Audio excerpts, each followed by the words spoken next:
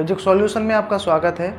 इस वीडियो में हम 2025 के केमिस्ट्री का अनसॉल्व्ड पेपर इसमें सॉल्व करेंगे। इसमें हमारा पेपर कोड है 347JZ। और इस वीडियो में आपको ये भी पता चलेगा कि हमारे कितने क्वेश्चंस पेपर में आते हैं, कितने नंबर के क्वेश्चन में कितना लिखना होता है और कैसे लिखना होता है। तो वीडियो के आप अंत तक बने रहिए, जिसमें मैं आपको बताऊंगा कि क्वेश्चन हमें कैसे सॉल्व करने हैं और कितना लिखना है और कैसे लिखना है। तो सबसे पहला हमारा इसमें क्वेश्चन है, आपको ये क्वेश्चन पेपर जो है स्क्रीन पे दिख रहा होगा। पहले क्वेश्चन में जो आपको MCQs बेस्ड क्वेश्चंस रहते हैं, बहुविकल्पीय प्रश्न होते हैं, जिसमें आपको जो है राइट आंसर केवल लिखना होता है। क्वेश्चन आपको नोट नहीं करना है, केवल राइट आंसर ही लिखना है। तो फर्स्ट का क्वेश्चन है, इसमें एक ऐसे ठोस विलयन का उदाहरण दीजिए जिसमें विलय कोई गैस हो। मतलब एक ऐसा विलयन हमें बताना है जिसमें किसी ठोस पदार्थ के अंदर किसी गैस को घोला गया हो। ठीक है, किसी ठोस पदार्थ में गैस को घोला गया हो। पहला ऑप्शन है हमारा जल में घुली हुई ऑक्सीजन। देखिए, जल में जब ऑक्सीजन घुलेगी तो जल हमारा लिक्विड हो जाएगा, द्रव हो जाएगा, और ऑक्सीजन हमारी गैस हो जाएगी। तो ये तो सरासर गलत है। दूसरा है नाइट्रोजन में कपूर का विलयन। नाइट्रोजन गैस होती है और कपूर हमारा ठोस होता है, तो ये ठोस का गैस में हो जाएगा, उल्टा हो गया ये रिलेशन। ठीक है, हमें बताना है गैस का ठोस में। नेक्स्ट है हमारा इसमें क्वेश्चन ऑप्शन पैलेडियम में हाइड्रोजन का विलयन है। तो पैलेडियम एक धातु होती है, धातु हमारी ठोस होती हैं, और हाइड्रोजन हमारी गैस होती है। तो पैलेडियम और हाइड्रोजन का जो विलयन बनेगा ये हमारा राइट आंसर हो जाएगा। और लास्ट वाला भी आप समझ सकते हो गलत है। जल में ग्लूकोज जब हम डालेंगे तो वो विलयन बनेगा ठोस का द्रव में। हमें बताना है इसमें गैस का ठोस में। तो इसमें हमारा तीसरा वाला ऑप्शन बिल्कुल राइट हो जाएगा, बिल्कुल राइट हो जाएगा ये। तो इसको हम कैसे लिखेंगे, देखिए, आंसर फर्स्ट का। अब इसका मैं क्या करूँगा, ऑप्शन सहित लिखूँगा। इसका ऑप्शन क्या है, तीसरा वाला ऑप्शन हमारा बिल्कुल परफेक्ट है, राइट है। और ये ऑप्शन हमारा है क्या, पैलेडियम पर,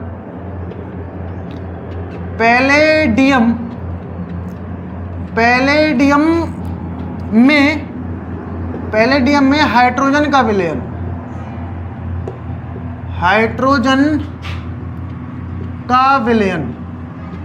तो ये हमारा राइट हो जाएगा। तो ऐसे हम लोग क्या करेंगे, उसका ऑप्शन नंबर लिखेंगे और फिर पूरा ऑप्शन लिख देंगे। ठीक है, तो पहला क्वेश्चन हमारा ये सॉल्व हो गया। फर्स्ट का जलीय विलयन में द्विसंयोजी आयन के चुंबकीय आघूर्ण का मान होगा यदि इसका परमाणु क्रमांक 25 है। ये हमारा क्वेश्चन जो है ये डी और एफ ब्लॉक, एक चैप्टर आपने पढ़ा होगा डी और एफ ब्लॉक, वहाँ से इसको लिया गया है। एक हमें तत्व दे रखा है जिसका परमाणु क्रमांक है 25। हमें उसका चुंबकीय आघूर्ण का मान ज्ञात करना है। तो ये एक ऐसा सवाल है जिसमें आपको थोड़ा सा कैलकुलेट करना पड़ेगा, लेकिन अगर आपको राइट आंसर डायरेक्ट पता है तो आप डायरेक्ट लिख सकते हो, लेकिन इसमें आपको निकाल के देखना पड़ेगा। तो 25 का परमाणु क्रमांक लिखते हैं। कैसे लिखा जाता है परमाणु क्रमांक, 1s2 2s2 2p6 3s2 3p6 4s2 3d5 आएगा लास्ट में। अब ये लास्ट वाला ही हमारे काम का है। ये डी उपकोष में हमारे होते हैं 5 कक्षक, मैंने बना दिए, एक पहला, ये दूसरा, ये तीसरा और 2 5। इन 5 कक्षकों में 5 इलेक्ट्रॉन भर रहे हैं। ये पहला इलेक्ट्रॉन, ये दूसरा, ये तीसरा, ये चौथा, ये 5वां। तो n का मान यहाँ से कितना हो जाएगा, 5 हो जाएगा n का मान। जितने अयुग्मित इलेक्ट्रॉन होते हैं, अकेले इलेक्ट्रॉन होते हैं, इनकी संख्या n का मान होती है। अब हमें निकालना है चुंबकीय आघूर्ण। इसका फार्मूला होता है म्यू से प्रदर्शित करते हैं n + n+2। इसमें लगाएंगे और इसकी वैल्यू कैलकुलेट करेंगे। तो n की वैल्यू कितनी है, 5 है, मैंने लगा दी। यहाँ पर भी 5 है, 5 + 2, तो ये हो जाएगा 5 × 7, 7 पंजे 35। अगर ये 36 होता तो 6 बन के बाहर आ जाता, तो 36 से एक ही तो कम है। तो ये लगभग कितना लिख सकता हूँ मैं इसको, इसका वर्गमूल कितना आएगा, क्योंकि हमें ये वर्गमूल निकालना पड़ेगा। इसका कितना आएगा, 5 पॉइंट समथिंग आएगा, 5.36 के ज़्यादा करीब है, मतलब 9, 5.9। लगभग इतना आएगा इसका, और इसका मात्रक होता है बोर मैग्नेटॉन। आपने इसको फिजिक्स में भी पढ़ा होगा, चुंबकीय आघूर्ण, वहाँ इसका मात्रक होता है एम्पियर इंटू मीटर स्क्वायर। वो थोड़ा बड़ा मात्रक है, ये छोटा मात्रक है, सही है। तो यहाँ पर ये वाला ऑप्शन अपना राइट हो जाएगा। कौन सा ऑप्शन है ये लास्ट ऑप्शन है हमारा, चौथा वाला। तो कैसे लिखेंगे इसको, क्वेश्चन फर्स्ट का खा, और इसमें फोर्थ ऑप्शन हमारा बिल्कुल राइट है, जो कि क्या है ये 5.92 बोर मैग्नेटॉन।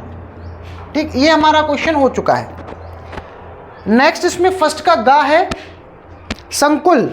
हमें एक यौगिक दिया है कि विलयन में कितने आयन होंगे, ये हमको बताना है गा में। ये चैप्टर हमारा आपने पढ़ा होगा, उपसर्ग संयोजन यौगिक, जटिल यौगिक, कॉम्प्लेक्स कंपाउंड, वहाँ से लिया गया है इसको। और इस टाइप का क्वेश्चन जो है अक्सर बोर्ड एग्जाम में पूछा जाता है आपसे, ठीक है। तो आप ये हिंट चाहें तो नोट भी करते हुए चलें इसको, जिससे आपको याद रहेगा कि हमने ऐसे इसको निकाला था इसका राइट आंसर। इसमें हम देखिए क्या करते हैं, CONH3 और ये 6, और बाहर इसके लिखा है Cl2। इसमें आयन बताने हैं कितने होंगे। तो होता क्या है, देखिए जब हम इसको तोड़ेंगे, जैसे NaCl नहीं होता, NaCl जब हम इसको तोड़ते हैं तो क्या मिलता है हमें, जब हम इसको पानी में डालते हैं क्या मिलता है, Na+ और Cl- अलग हो जाता है। ऐसे तो अलग होता है। तो यहाँ से हमें 2 आयन मिले, एक Na का मिला, एक Cl का आयन मिला। ऐसे इसमें बताने हमें कितने आयन मिलेंगे। तो बहुत सिंपल है, देखना ये ब्रैकेट आपको दिख रहा है, ये ब्रैकेट पूरा एक आयन बन जाता है। ये ब्रैकेट क्या होता है, ये कंप्लीट एक आयन है। ये देखिए ब्रैकेट अलग हो गया पूरा ये। अब Cl अलग हो जाएगा, कितने Cl हैं, 2 Cl हैं, तो 2 मैंने आगे लिख दिया और Cl यहाँ लिख दिए। अब Cl पे लगता है 1 माइनस, तो मैंने इस पे माइनस लगा दिया। अब 1 Cl पे 1 माइनस है, तो 2 पे 2, यहाँ कितने हो जाएंगे, 2 प्लस। तो टोटल आयन कितने मिले। जब हम इसको पानी में डालेंगे, इसका जल अपघटन कराएंगे, तो ये क्या करेगा, एक तो आयन ये ब्रैकेट का मिलेगा। याद रखना ब्रैकेट हमेशा एक आयन देगी आपको, सही। ये ब्रैकेट एक आयन होती है, ब्रैकेट का एक आयन हो गया, और Cl के 2 आयन है, तो टोटल कितने मिलेंगे आपको, 3 मिलेंगे, ठीक है। अब जैसे मैं आपको उदाहरण के लिए मैं ऐसे आपसे पूछ लूँ, बताइए इसमें कितने आयन मिलेंगे, K4FeCN6, इसमें कितने आयन मिलेंगे। तो आपको सिंपल से दिमाग लगाना है बस। ये ब्रैकेट आपको 1 आयन देगी, और K के कितने हैं, 4 आयन है। तो 1 ब्रैकेट का और 4 इसके, टोटल कितने हो गए, 5 हो गए आयन। तो यहाँ से कितने मिलेंगे आपको, 5 मिलेंगे। जैसे मैं आपको समझाने के लिए एक और ले लूँगी, PTNH3 6, और यहाँ मैं कर दूँ Cl3। यहाँ से कितने आयन मिलेंगे, ये ब्रैकेट 1 आयन देगी आपको, और Cl आपको 3 आयन देगा। तो 1 ब्रैकेट का और 3 Cl के, टोटल कितने हो जाएंगे, 4 हो जाएंगे।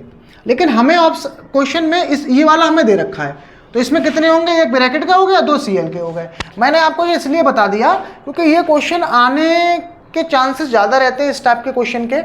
अगर आपको आता है आयन पूछता है तो आप एक बार में देख के बता सकते हो, ठीक है। तो यहाँ कितने आयन मिलने वाले हैं हमें, इससे 3 मिलेंगे आयन। तो इसका राइट आंसर अपना क्या हो जाएगा, फर्स्ट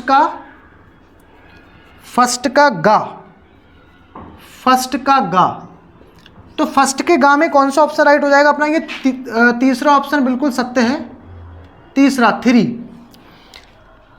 और इसमें घा क्वेश्चन है हमारा, फर्स्ट का घा क्वेश्चन पढ़ते हैं और कौन सा राइट आंसर फिर देखते हैं। इसमें लिखा है अभिकर्मक, जो एसीटोन और बेंजल्डिहाइड दोनों से अभिक्रिया नहीं करता है, ना एसीटोन से क्रिया करता है और ना ही हमारा बेंजल्डिहाइड से क्रिया करता है, ठीक है। तो आपको याद रखना है एसीटोन और बेंजल्डिहाइड, इनसे हमारा ना तो टॉलन अभिकर्मक क्रिया करता है और ना ही फेलिंग विलयन क्रिया करता है। ना तो क्रिया फेलिंग विलयन की होती है और ना ही हमारी टॉलन अभिकर्मक की होती है। ये दोनों एसीटोन और बेंजल्डिहाइड से क्रिया नहीं करते हैं, ठीक है। तो इसमें राइट ऑप्शन अपना कौन सा हो जाएगा, फेलिंग विलयन। अगर फेलिंग विलयन की जगह टॉलन अभिकर्मक भी होता तो वही हमारा राइट आंसर हो जाता। फेलिंग विलयन और टॉलन अभिकर्मक ये दोनों क्रिया ना एसीटोन से करते हैं ना बेंजल्डिहाइड से करते हैं। तो कौन सा हो जाएगा, ये हो जाएगा अपना थर्ड ऑप्शन बिल्कुल राइट है। थर्ड ऑप्शन बिल्कुल राइट है, फेलिंग विलयन। फेलिंग विलेन, ये राइट ऑप्शन है। और ये जो हमारा क्वेश्चन ये लिया गया है, ये चैप्टर आपने पढ़ा होगा एल्डिहाइड, कीटोन और कार्बोक्सिलिक एसिड, ये वहाँ से आया है।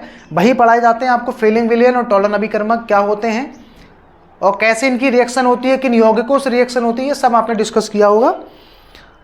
ला इसमें क्वेश्चन है, ला है इसमें, फर्स्ट का ला, फर्स्ट का इसमें ला है, सबसे मीठी शुगर है, सबसे मीठी शुगर का नाम बताना है। इसमें आपको ऑप्शन दे रखा है ग्लूकोज, लैक्टोज, सुक्रोज और फ्रक्टोज। आपको याद रखना है प्रकृति की सबसे मीठी जो शर्करा होती है, सबसे मीठी, वो होती है आपकी फ्रक्टोज। सबसे मीठा क्या होता है? फ्रक्टोज होता है। ठीक है, तो यहां पर अपना राइट आंसर कौन सा हो जाएगा? फ्रक्टोज हो जाएगा। ये क्वेश्चन भी काफी बार रिपीट हो चुका है कि सबसे मीठी शर्करा कौन सी है, तो सबसे मीठा क्या होता है? फ्रक्टोज। चौथा वाला ऑप्शन इसका बिल्कुल राइट है। ये क्वेश्चन अगर आने वाले समय में भी रिपीट हो सकता है तो आप इसको याद रखेंगे, फ्रक्टोज। ये इसका बिल्कुल राइट आंसर है, फ्रक्टोज। तो फ्रक्टोज क्या होता है? ये सबसे स्वीटेस्ट शुगर होती है, सबसे मीठी शर्करा होती है ये। आगे इसमें लिखा है अगर इसी क्वेश्चन में हमसे ये पूछा होता अड़ा वाले में कि दूध की शर्करा कौन सी है जो दूध में पाई जाती है, तो आपको याद रखना लैक्टोज पाया जाता है दूध में। कौन सी शर्करा होती है? ये लैक्टोज होता है। और चीनी में कौन सी शर्करा होती है? सुक्रोज होती है। ठीक है, और फलों के रसों में कौन सी शर्करा होती है? वो ग्लूकोज होती है। फलों के रसों में, जो फलों में शर्करा होती है वो अपनी ग्लूकोज होती है। दूध में कौन सी होती है? लैक्टोज। और चीनी में कौन सी होती है? सुक्रोज। और सबसे मीठी कौन सी है? फ्रक्टोज है। ठीक है, तो इनमें से किसी भी तरीके से क्वेश्चन बना सकता है वो। लास्ट है हमारा इसमें चा। चा क्वेश्चन क्या है इसमें? देखिए चा, फर्स्ट का चा, फर्स्ट का चा पार्ट है इसमें। इसमें लिखा है, देखिए एक कंपाउंड हमें दे रखा है, एक यौगिक दे रखा है, इसका हमें IUPAC नेम बताना है, क्या होगा। ठीक है, IUPAC नेम देखते हैं इसमें क्या है और कैसे इसका IUPAC नेम हम लिखेंगे, समझ लेते हैं इसको। इसको आप नोट भी करते रहें जिससे चीज़ें याद रह जाएं। तो यहाँ पर मैं आपको हिंट दिखा रहा हूँ इसका, देखिए कैसे नाम लिखना है। क्या है ये?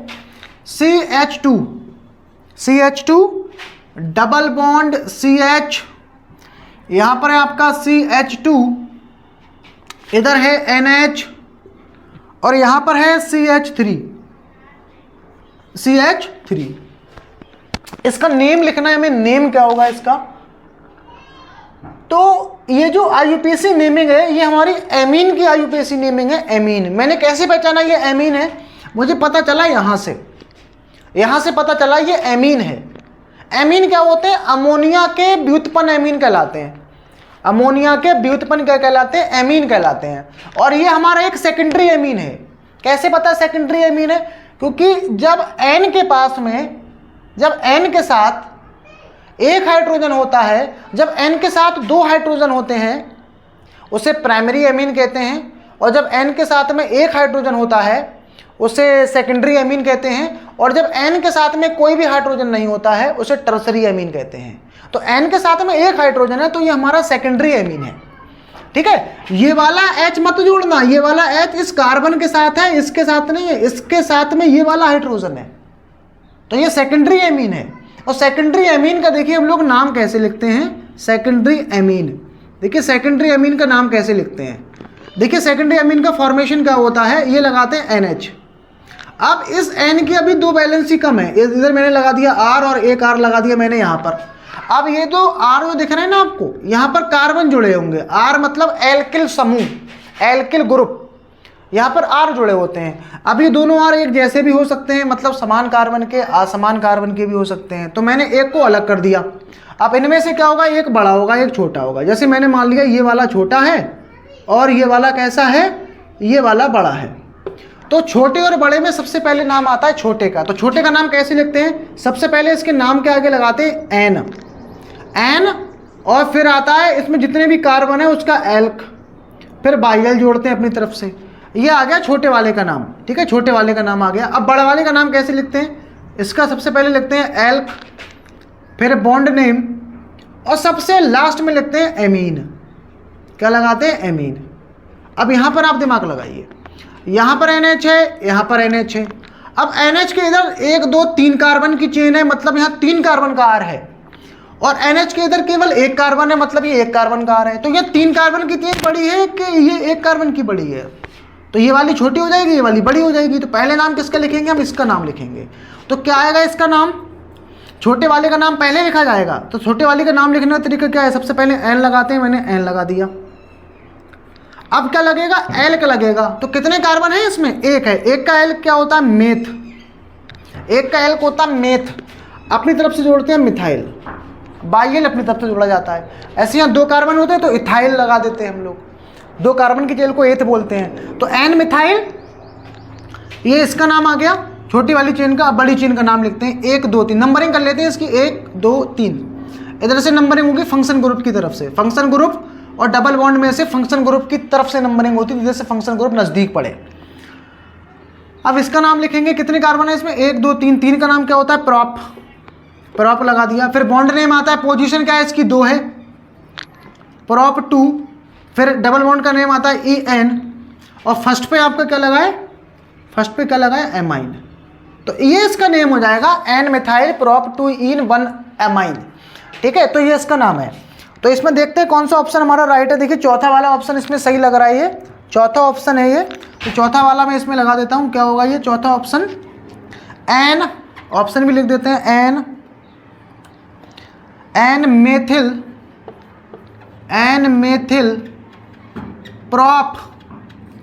मेथिल प्रॉप 2 इन 1 एमाइन। ये अपना क्या हो जाएगा? राइट हो जाएगा। ठीक है, तो इसमें एक एक नंबर के जितने भी क्वेश्चन हैं हमने कर लिए हैं। अगर आपको डायरेक्ट ऑप्शन पता है तो आप डायरेक्ट लगा दें, ये करके दिखाना नहीं होता है। लेकिन हाँ, जब तक आप ये नहीं करेंगे आपको राइट आंसर नहीं मिलेगा। तो आपको ये क्या करना है, जो कॉपी आपको मिले उसके आप बैक साइड में भी कर सकते हैं इसको। ठीक है, तो ये हमारा जो है MCQs वाला जो क्वेश्चन है इसका निपट चुका है। अब हम इसमें दूसरा क्वेश्चन करेंगे। तो MCQs हमारे इसमें हो चुके हैं। इसमें अब हम पढ़ेंगे दूसरे का। इसमें लिखा है 5.0 ग्राम एथेनोइक अम्ल, इसका सूत्र भी हमें दे रखा है। एथेनोइक अम्ल के 150.0 ग्राम बेंजीन में विलयन की मोलरता की गणना कीजिए। सॉरी, मोललता की हमें यहाँ गणना करनी है। तो कैसे निकालेंगे बेटा हम इस क्वेश्चन को? देखिएगा, इसमें दूसरे का है, ये एक न्यूमेरिकल है और ये विलियन चैप्टर से लिया गया है। ये है दूसरे का। ठीक, जब आप इस प्रकार का क्वेश्चन करने बैठेंगे, अगर आप पूरा क्वेश्चन सॉल्व ना भी कर पाएं तो कम से कम इसमें इतना ये जरूर लिख दें कि हमें क्या क्या दिया है। ठीक है, तो इसमें हम लिख देंगे दिया है, सबसे पहले लिखेंगे दिया है। तो इसमें हमें क्या क्या दे रखा है? देखिए 5.0 ग्राम और 150 ग्राम। जो ग्राम ज़्यादा है वो कैपिटल W है और जो कम है वो स्मॉल w है। मोललता हमें याद करनी है। तो स्मॉल w का मान हमें कितना दिया है? 5.0 ग्राम, 5.0 ग्राम। और कैपिटल W कितना है? कैपिटल W कितना है?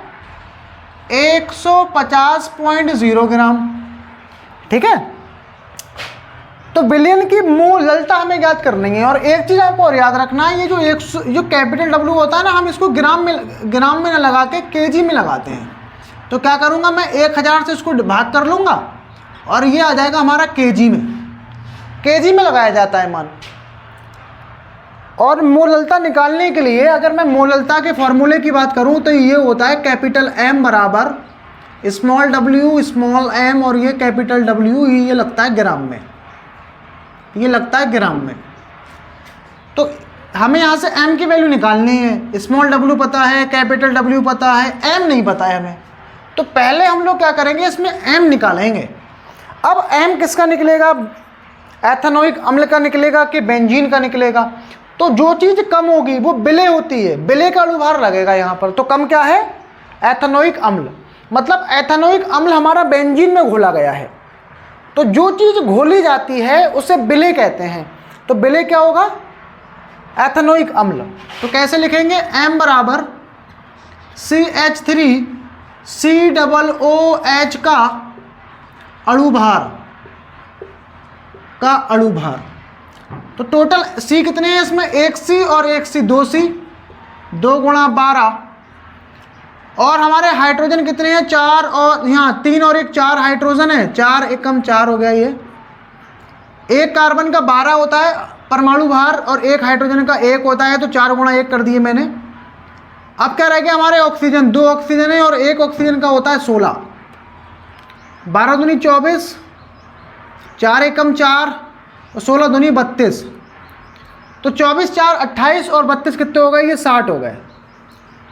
कितना हो गया, 60 हो गया। अब सिंपली इसमें फॉर्मूला लगा लेंगे हम लोग, क्या होता है, m बराबर स्मॉल m बटे में स्मॉल, ये लगा दिया हमने फॉर्मूला। इसमें वैल्यू रख देता हूँ मैं, w की वैल्यू कितनी है, w की वैल्यू है 5.0, m का मान कितना है 60 है, लगा दिया। और यहाँ पर कैपिटल W का मान कितना है 150.0 बटे में 1000, ये जाएगा सबसे ऊपर, ये जाएगा यहाँ पर।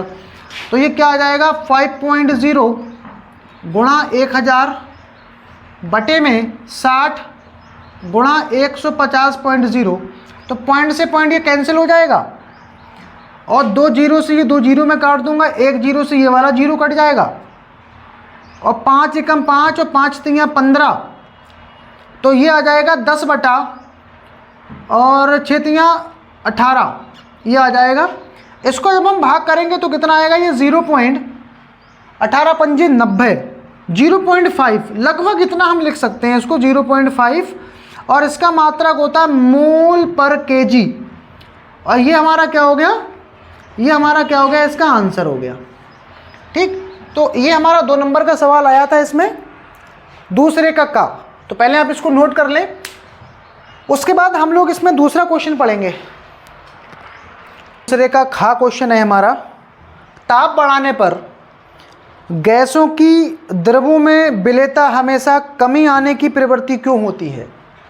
देखिए क्वेश्चन हमसे ये बोल रहा है इसमें कि जब हम ताप बढ़ाते हैं तो गैस पानी में या किसी भी द्रव में घुलने की जो उसकी प्रवृत्ति होती है वो घट जाती है।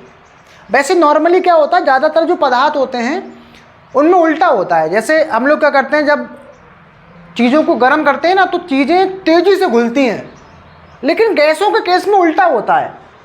गैस को हम जितना ज़्यादा ठंडा करते हैं गैस उतने अच्छे से घुलती है लिक्विड में। ठीक है, जैसे हम लोग क्या करें, एक पानी में एक गिलास, हमारे पास ये पानी है, देखिए एक गिलास ये पानी है, ये पानी ले लिया हमने और इस पानी के अंदर हमने क्या डाल दिया, चीनी डाल दी, चीनी डाल दी और नीचे से मैंने इसको गर्म कर दिया। तो बताइए चीनी तेजी से घुलेगी कि धीरे घुलेगी, विलेयता बढ़ेगी कि घटेगी। जाहिर सी बात है चीनी जो है बहुत तेजी से घुलना शुरू कर देगी पानी में। तो ताप बढ़ाने पर विलेयता क्या होती है, बढ़ती है। लेकिन अगर हम बात करें किसकी, गैसों की, अगर हम बात करें गैसों की जब हम बात करते हैं, इसमें हम किसी गैस को डाल रहे हैं, ये हमारा पानी था, इसमें हम किसी गैस को डाल रहे हैं, तो जितना ज़्यादा आप इसको गर्म करोगे तो पता क्या होगा, यहाँ पर ये जो गैस है ना, गैस, इसके अणुओं की गतिज ऊर्जा बढ़ जाती है और साथ साथ इसका आयतन भी बढ़ता है। गतिज ऊर्जा भी बढ़ती है, आयतन भी बढ़ता है। तो गैस क्या होती है, जितना ज़्यादा हम इसको गर्म करेंगे गैस उतनी ही कम घुलती है पानी में। तो ऐसा क्यों होता है, जब हम गैस को जब गर्म करते हैं तो गैस के अणुओं की गतिज ऊर्जा बढ़ती है। और दूसरा प्लस पॉइंट इसमें ये होता है, ये जो गैस होती है ना, गैस का पानी में जो विलयन होता है ये एक ऊष्माक्षेपी अभिक्रिया होता है। ठीक, इसी कारण गैसों की जो विलेयता होती है ये क्या होती है, घटती जाती है। यही आपको लिखना है। ठीक है, तो ये हम इसका इसमें आंसर लिख लेंगे।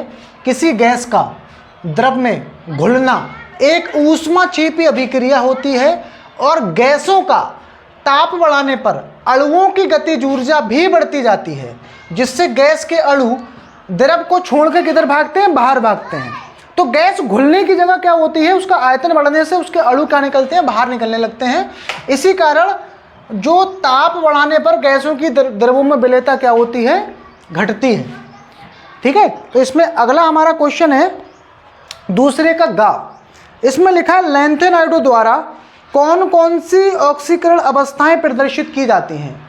ये आपका जो है डी और एफ ब्लॉक एक चैप्टर है, वहां से इस क्वेश्चन को लिया गया है। और इसमें हमें यह बताना है कि लैंथेनाइड तत्वों की कौन कौन सी ऑक्सीकरण अवस्थाएं होती हैं। तो आपको याद रखना है लैंथेनाइड तत्वों की सामान्य जो ऑक्सीकरण अवस्था होती है वो +3 होती है, और इसके अलावा इस श्रेणी के कुछ तत्व जो होते हैं वो +2 और +4 ये भी ऑक्सीकरण अवस्था को प्रदर्शित करते हैं। लेकिन सभी के सभी एलिमेंटों में +3 ऑक्सीकरण अवस्था कॉमन होती है सभी में। ठीक है, तो इसका मैं आंसर क्या लिखूंगा, देखिए इसका आंसर मैं क्या लिखूंगा, इसका आंसर हो जाएगा आपका दूसरे का गा, दूसरे का गा इसमें क्या हो जाएगा लैंथेनाइड। इसका आंसर मैं लिखता हूं लैंथेनाइड, लैंथेनाइड तत्वों की, लैंथेनाइड तत्वों की सामान्य ऑक्सीकरण अवस्था, सामान्य ऑक्सीकरण, सामान्य ऑक्सीकरण अवस्था, अवस्था कितनी होती है +3 होती है, +3 होती है। जबकि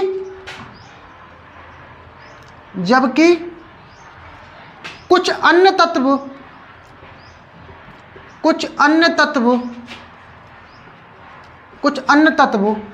+3 के अतिरिक्त, +3 के अतिरिक्त +2 व +4 भी ऑक्सीकरण अवस्थाएं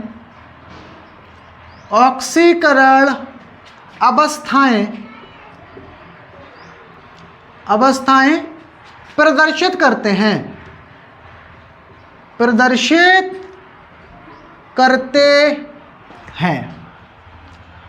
ये इसका उत्तर हो जाएगा। ठीक है, तो लैंथेनाइड जो तत्व होते हैं ये एफ ब्लॉक से हमारा ये क्वेश्चन लिया गया है।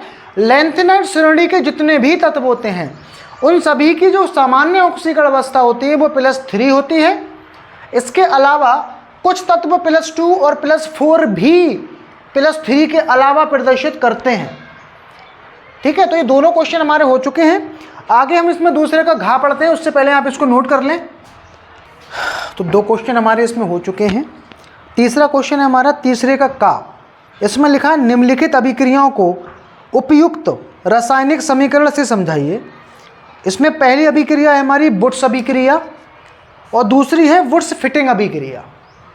ये दोनों रिएक्शन आपने पढ़ी होंगी हेलो एल्केन और हेलो एरीन में, वुड्स अभिक्रिया और वुड्स फिटिंग अभिक्रिया। आपको रिएक्शन लिखनी है, केवल रिएक्शन का समीकरण लिखना है। तो देखिए कैसे हम लोग करते हैं, क्या होती है वुड्स अभिक्रियाएं, क्या होती है वुड्स फिटिंग अभिक्रिया। ये हो गई आपकी तीसरे का का, तीसरे का का, और इसका भी कौन सा पार्ट है, ये अपना फर्स्ट पार्ट है। ठीक है, तो मैं छोटी सी इसमें हेडर डाल दे रहा हूँ वुड्स अभिक्रिया, वुड्स अभिक्रिया।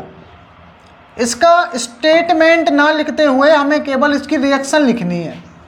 रिएक्शन लिखना काफ़ी ज़रूरी है, इसकी जब समीकरण लिखना है हमें।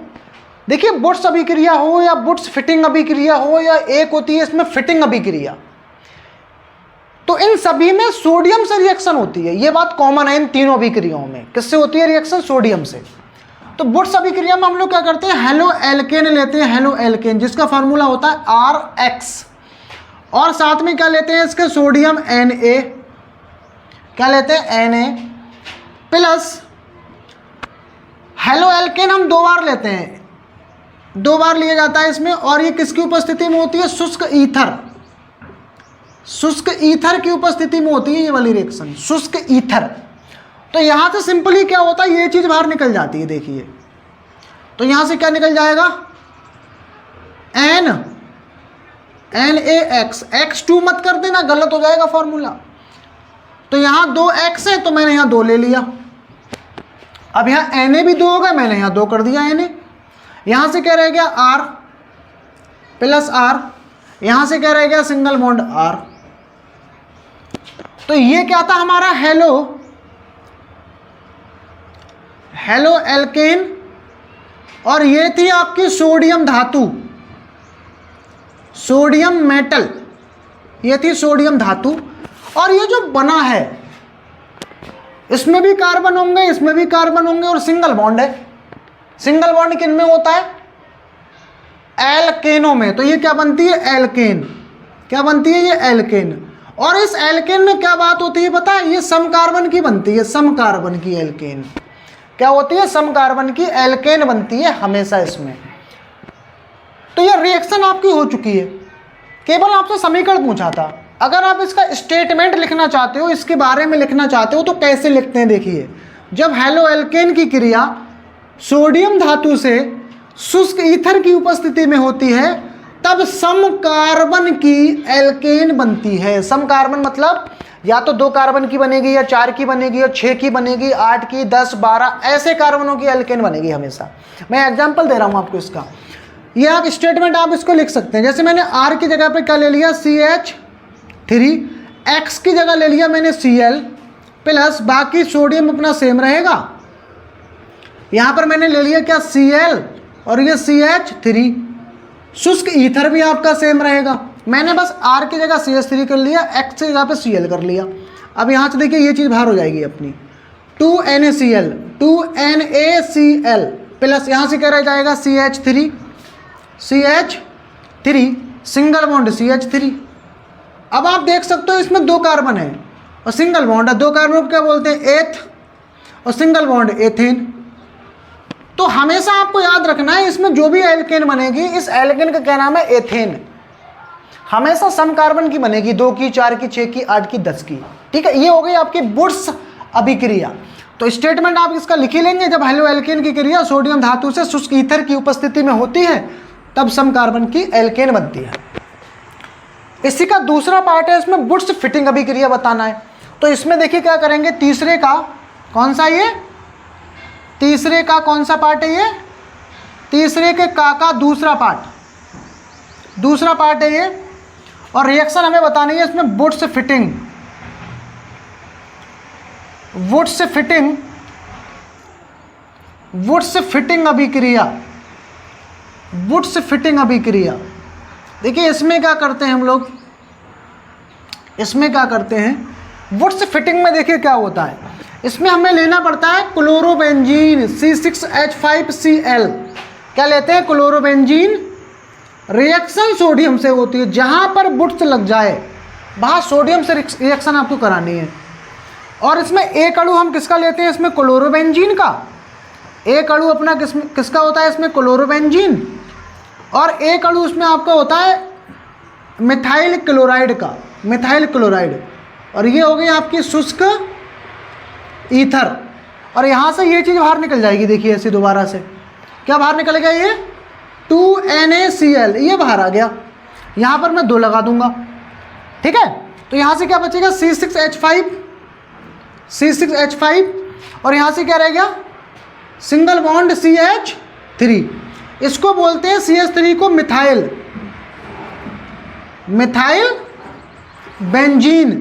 क्या बोलते हैं इसको? मिथाइल बेंजीन, या इसका एक नाम और होता है टॉल्यूइन, टॉल्यूइन भी बोला जाता है। और इस रिएक्शन को हम लोग बोलते हैं वुड्स फिटिंग अभिक्रिया। और ये क्या है आपका? Sodium, sodium metal. ये क्या है? Sodium metal. तो इसका स्टेटमेंट अगर आप लिखना चाहो लिख सकते हैं, वरना यहाँ तक भी आपको नंबर पूरे ही मिलेंगे। तो कैसे लिखते हैं इसका स्टेटमेंट मैं आपको एक बार बता देता हूँ। जब क्लोरोबेंजीन की अभिक्रिया शुष्क ईथर की उपस्थिति में सोडियम धातु और मिथाइल क्लोराइड से होती है, तब टॉल्यूइन बनती है या फिर मिथाइल बेंजीन बनती है। और यह अभिक्रिया अपनी क्या कहलाती है? वुड्स फिटिंग अभिक्रिया। ठीक है, तो ये तीसरे का के दोनों पार्ट हमारे सॉल्व हो चुके हैं। अगला हम लोग क्वेश्चन पढ़ेंगे, पहले आप इसको नोट कर लें। तो तीसरे का क्वेश्चन है, इसमें तुल्य आणविक भार वाले हाइड्रोकार्बनों की अपेक्षा अल्कोहल जल में अधिक विलय होते हैं, समझाइए।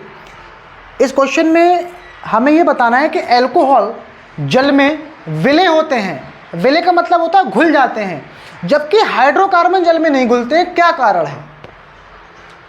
तो कारण इसका बहुत सिंपल सा है।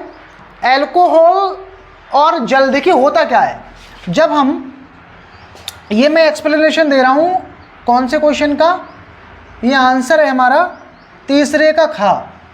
और ये क्वेश्चन जो है काफ़ी बार आने वाला क्वेश्चन है, ये आ जाता है बोर्ड एग्जाम में, बार बार रिपीट होता है ये कि अल्कोहल जल में घुलते हैं क्यों, ये सवाल आता है अक्सर। तो अल्कोहल, देखिए होता क्या है, जब हम अल्कोहल को जल में डालते हैं, अल्कोहल का फार्मूला क्या होता है ROH प्लस, और जल का फार्मूला क्या होता है H2O।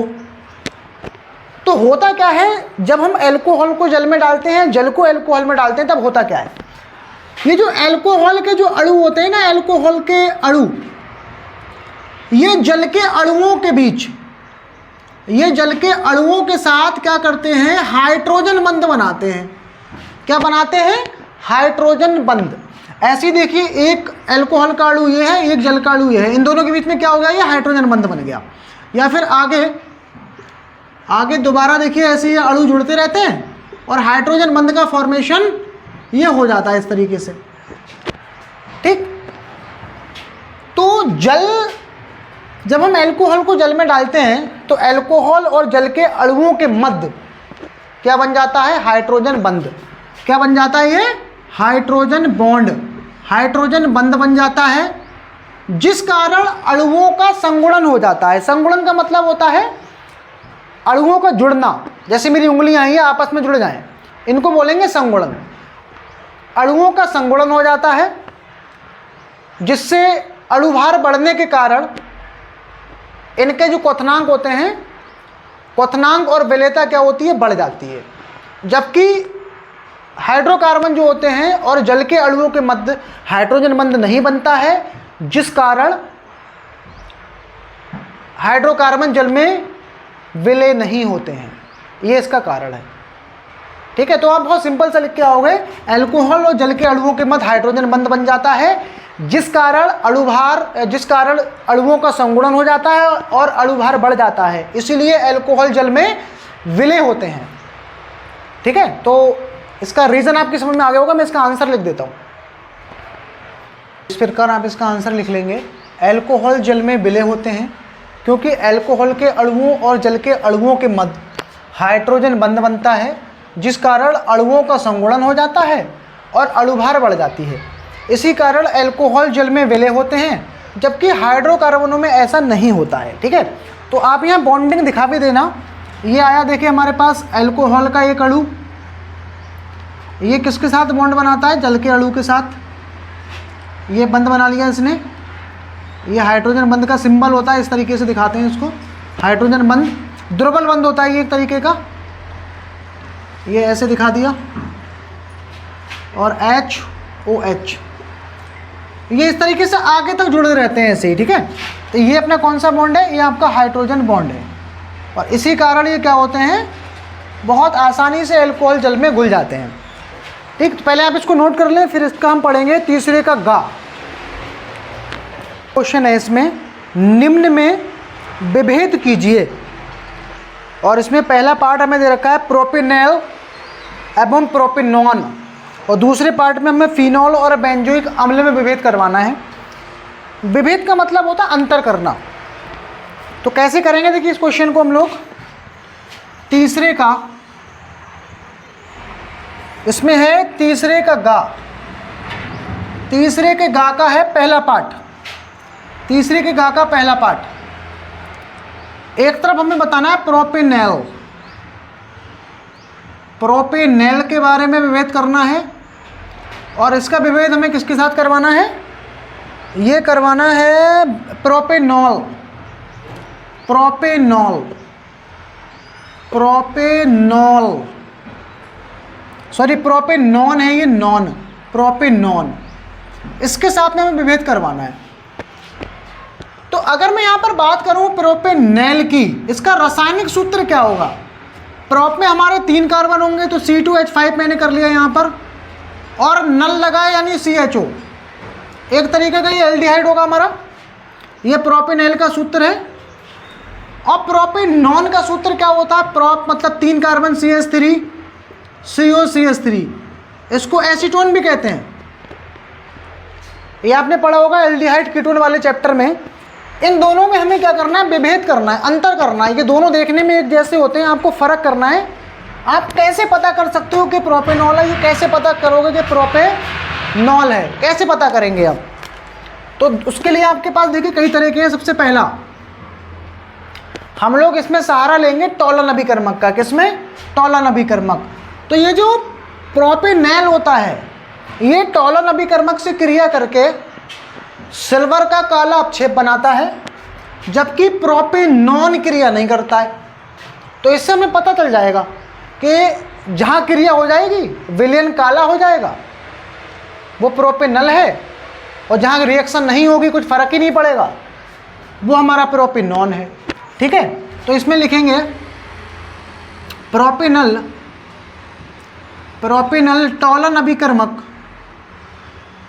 टॉलन अभिकर्मक, टॉलन अभिकर्मक से, टॉलन अभिकर्मक से क्रिया करके रजत दर्पण भी लिख सकते हो वहां पर, रजत दर्पण, रजत दर्पण बनाता है, रजत दर्पण बनाता है, बनाता है। इधर क्या लिखेंगे? प्रोपेनॉन टॉलन अभिकर्मक से क्रिया नहीं करता है, टॉलन अभिकर्मक, टॉलन अभिकर्मक से क्रिया नहीं करता है, से क्रिया नहीं करता है। ठीक, इससे ये क्रिया नहीं करेगा।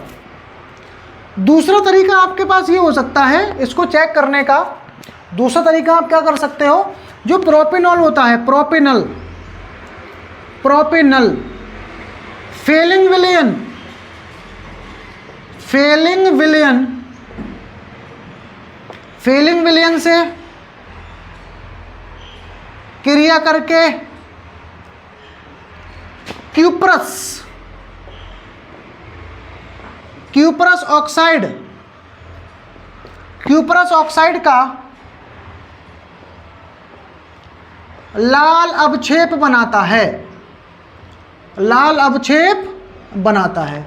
और यहां पर ये क्रिया ही नहीं करता। इसमें क्या लिख देंगे? नंबर 2, यह क्रिया नहीं करता है, यह क्रिया नहीं करता है। तो दो तरीके हैं आपके पास। ठीक है, और दो तरीके काफ़ी हैं ये बताने के लिए। विभेद करना था हमें प्रोपेनॉल और प्रोपेनॉन में, तो दो तरीके हैं अपने पास। आप क्या करो, टॉलन अभिकर्मक मिला दो। तो टॉलन अभिकर्मक से प्रोपेनॉल क्रिया करके रजत दर्पण मतलब काला काला सिल्वर बनाता है, और ये प्रोपेनॉल क्रिया नहीं करता है। तो इससे हमें पता चल जाएगा। आप सपोज करिए हमारे पास ये दो परख नलियाँ हैं, टेस्ट ट्यूब, एक में क्या है प्रोपेनॉल है और एक में क्या है प्रोपेनॉन है। तो इन दोनों में हमने क्या डाला, टॉलन अभिकर्मक डाला। तो इसमें जिसमें काला हो जाएगा काला, वो हमारा क्या है प्रोपेनॉल है, और जिसमें कोई फर्क नहीं पड़ेगा वो हमारा प्रोपेनॉन है। अगर टॉलन अभिकर्मक नहीं मिले आपको तो फीलिंग विलयन ले सकते हो। फीलिंग विलयन के साथ क्या होता है, लाल हो जाता है। ठीक है, तो ऐसे हम पता कर सकते हैं। तो पहले आप इसको नोट करें, फिर इसमें दूसरा विभेद हम लोग करते हैं। का दूसरा पार्ट है, इसमें हमें इस बार विभेद करना है फिनॉल और बेंजोइक अम्ल में। फिनॉल और बेंजोइक अम्ल की पहचान कैसे करेंगे हम, ठीक है, इसमें विभेद करना है। तो इसका आंसर कौन सा है, ये क्वेश्चन नंबर 3 का, 3 के गा का कौन सा पार्ट है, ये हमारा दूसरा पार्ट है, ये दूसरा पार्ट है। और इस बार हमें जो विभेद करना है वो फिनॉल में और बेंजोइक अम्ल में विभेद करना है। तो एक तरफ मैं क्या लिखूंगा फिनॉल, और एक तरफ मैं क्या लिखूंगा बेंजोइक एसिड, बेंजोइक अम्ल, बेंजोइक अम्ल। तो देखिए पहला विभेद इसमें क्या होता है, सबसे पहला जो फिनॉल होता है ना, फिनॉल में फिनॉल FeCl3 से क्रिया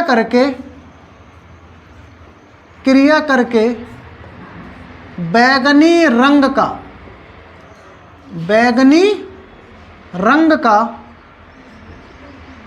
जटिल यौगिक बनाता है, जटिल यौगिक जटिल यौगिक बनाता है। ठीक, तो इसकी पहचान तो हम ऐसे करेंगे, जबकि इसमें क्या लिखेंगे, बेंजोइक अम्ल, बेंजोइक अम्ल इसमें हम लिख देंगे ऐसा नहीं करता है, बेंजोइक अम्ल ऐसा नहीं करता है। तो इससे हमें पता चल जाएगा कि कौन सा फिनॉल है और कौन सा बेंजोइक एसिड है। ठीक है। नंबर दो, फिनॉल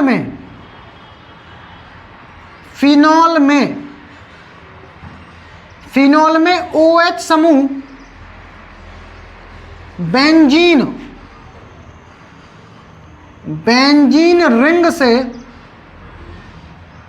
रिंग से सीधे जुड़ा होता है, सीधे जुड़ा होता है। इसमें क्या होता है, आपका OH समूह होता है सीधा डायरेक्ट जुड़ा हुआ बेंजीन से, जिसका फार्मूला कैसे होता है, कुछ ये इसका फार्मूला होता है, देखिए इस टाइप का। यहाँ पर अपना OH जुड़ा होता है, ये बेंजीन रिंग है और इस पर डायरेक्ट OH जुड़ा है। इसमें क्या जुड़ता है OH के स्थान पर, इसमें COOH समूह सीधे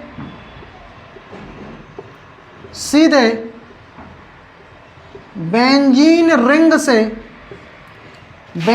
रिंग से जुड़ा होता है। ठीक है। तीसरा अंतर देखिए, फिनॉल जो होता है ये हमारा जहरीला होता है, जहर होता है एक प्रकार का, ये आप इसको खा पी नहीं सकते हो। लेकिन बेंजोइक अम्ल, इसका यूज़ हम लोग करते हैं जो पदार्थों को संरक्षित करने में। संरक्षित बोले तो जैसे अचार होते हैं, मुरब्बे होते हैं, चटनी वगैरह होती हैं, उसमें इसको डाला जाता है, इसके लवण को डाला जाता है, जो क्या करता है, इन पदार्थों को संरक्षित करता है, सेफ रखता है लंबे समय तक। तो तीसरा हम अंतर इसमें यह कर सकते हैं, फिनॉल जहरीला होता है, फिनॉल या विषैला लिख सकते हैं, विषैला होता है। ठीक। और इसमें क्या लिखोगे, यह है, या इसमें लिख देंगे इसका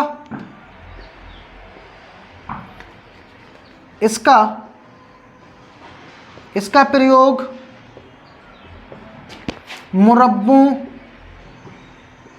मुरब्बों को, अचार, चटनी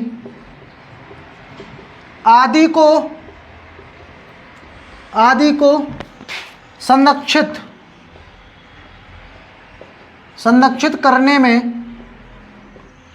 करने में किया जाता है। ठीक है। तो ये आपके अंतर हो जाएंगे।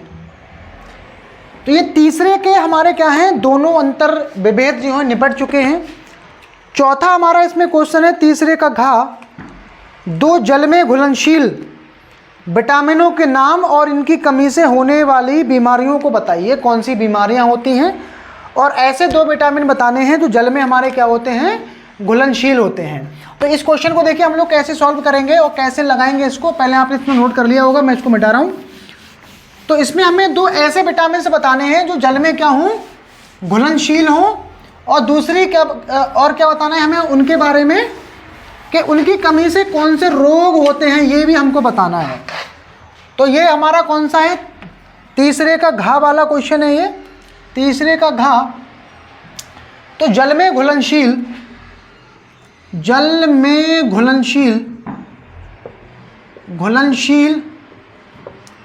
दो विटामिन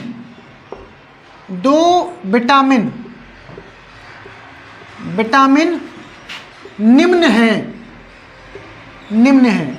देखिए कौन कौन से विटामिन होते हैं। सबसे पहला होता है आपका विटामिन बी, और दूसरा उसमें आपका होता है विटामिन सी। सही है। कमी से रोग कौन से होते हैं, देखिए इसमें कमी से रोग। देखिए अगर मैं कमी की बात करूं तो विटामिन जो आपका बी है ना, विटामिन बी से आपको होता है बेरी, ये रोग का नाम है, इसमें बेरी ये बीमारी होती है विटामिन बी से। और इसमें है आपका फिर विटामिन विटामिन सी, इससे होता है आपका स्कर्वी, स्कर्वी, ठीक है, स्कर्वी। तो ये दो रोग होते हैं, विटामिन बी से बेरी और सी से स्कर्वी। अगर रोग ना पूछ के हमसे वो ये पूछ लेता कि इनके रासायनिक नाम लिखिए, तो विटामिन बी का रासायनिक नाम होता है थायमीन और सी का होता है एस्कॉर्बिक अम्ल, ठीक है। लेकिन यहाँ हमसे रोग पूछे थे और ये बस इसमें इतना ही लिखना है, ये दो जल में घुलनशील विटामिन होते हैं और ये इनकी कमी से होने वाले रोग हैं। तो ये तीसरा पार्ट हमारा, तीसरा क्वेश्चन कंप्लीटली हो चुका है। अब हम इसमें चौथा क्वेश्चन स्टार्ट करेंगे। तो चौथे का क्वेश्चन है, इसमें लिखा है राउल्ट का नियम समझाइए। 298 केल्विन पर, ये एक न्यूमेरिकल दे रखा है, तो पहले राउल्ट का नियम लिख लेते हैं, उसके बाद हम लोग इस न्यूमेरिकल को सॉल्व करेंगे। तो ये यहाँ से हमारे 3-3 नंबर के क्वेश्चन जो हैं स्टार्ट हैं।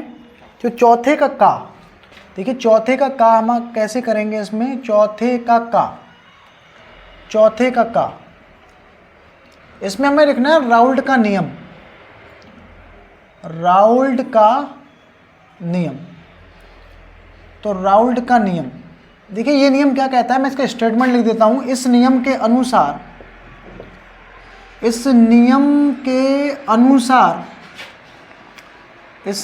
अनुसार क्या होता है, ये वाष्प दाब का अपेक्षित अवनमन, वाष्प दाब का अपेक्षित अवनमन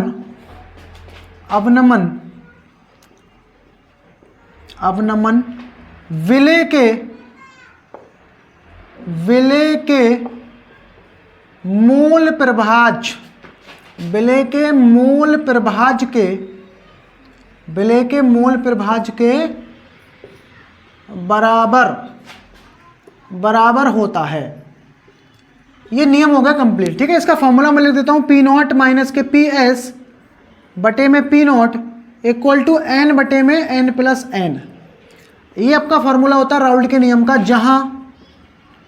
जहां ये जो पी नॉट है ना, पी नॉट ये है शुद्ध विलायक का वाष्प दाब, शुद्ध विलायक का वाष्प दाब, शुद्ध विलायक का वाष्प दाब।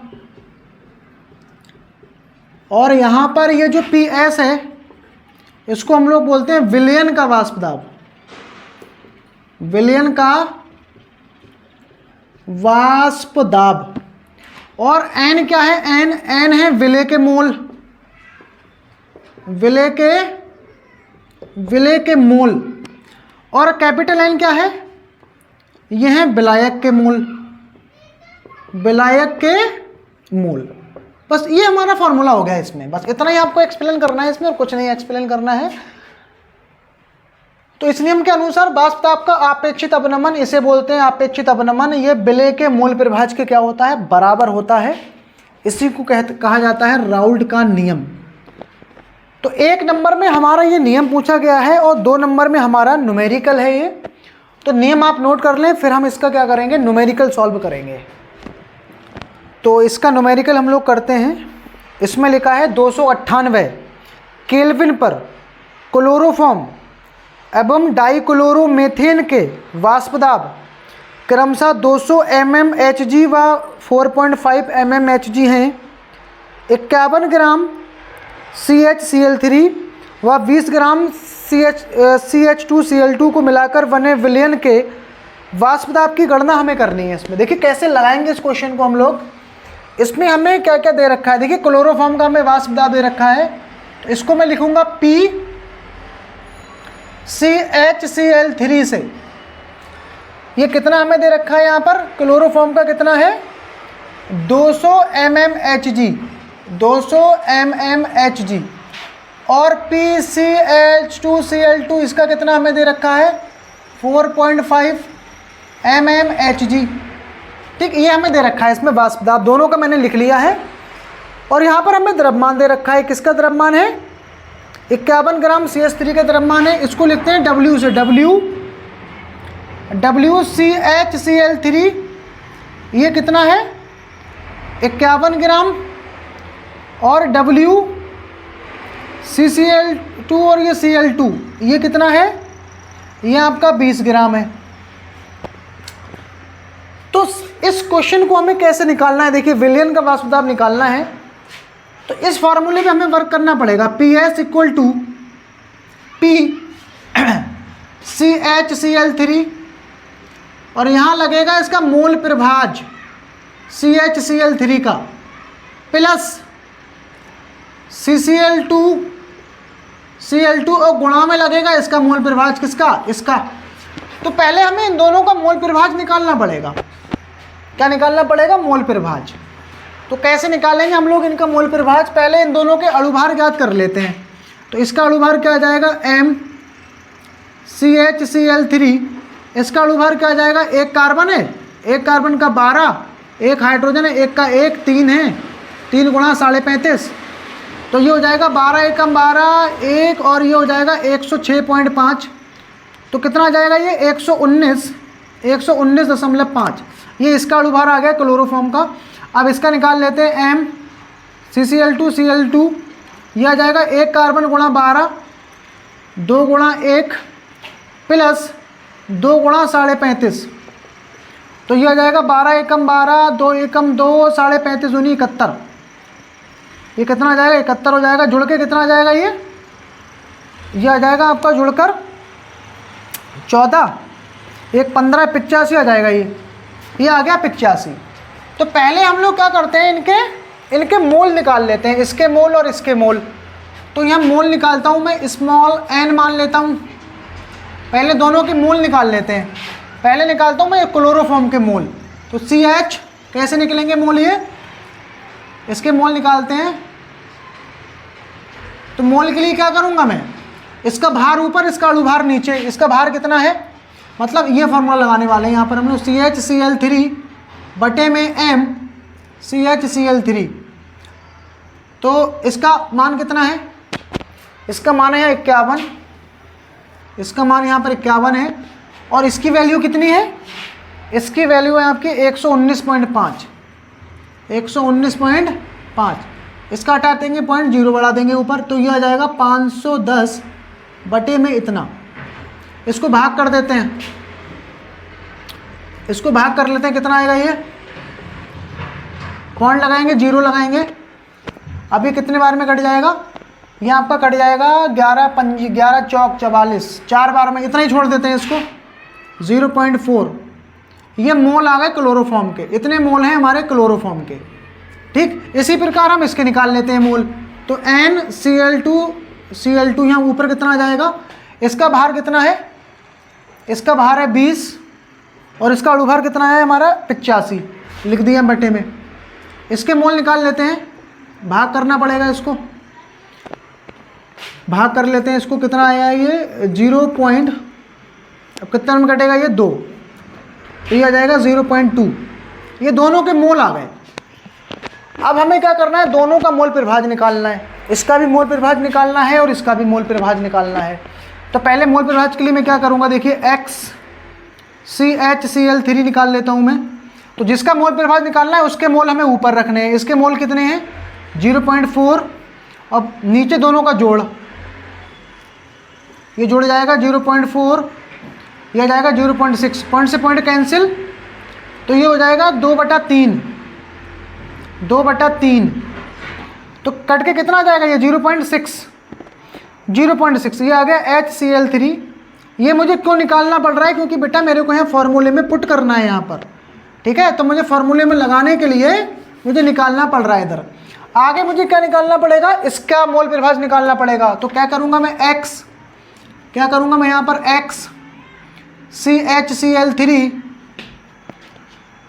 Cl2 यहाँ पर इसका निकालना था। तो इसके मोल मुझे ऊपर रखने पड़ेंगे। इसके मोल क्या है 0.2 और नीचे दोनों का जोड़ आ जाएगा ये, तो ये कितना हो जाएगा 0.2 बटे में 0.6, पॉइंट से पॉइंट कैंसिल, 1/3 आ रहा है, यहाँ आ जाए 0.3। तो ये आ गए किसके, ये आ गए इसके निकल के। अब मैं ये फॉर्मूला पुट कर दूंगा, यहाँ से हमें PS का मान निकालना है, भाई हमारा आंसर है। इसका मान कितना है PaCl2 का 200 है, लगा दिया।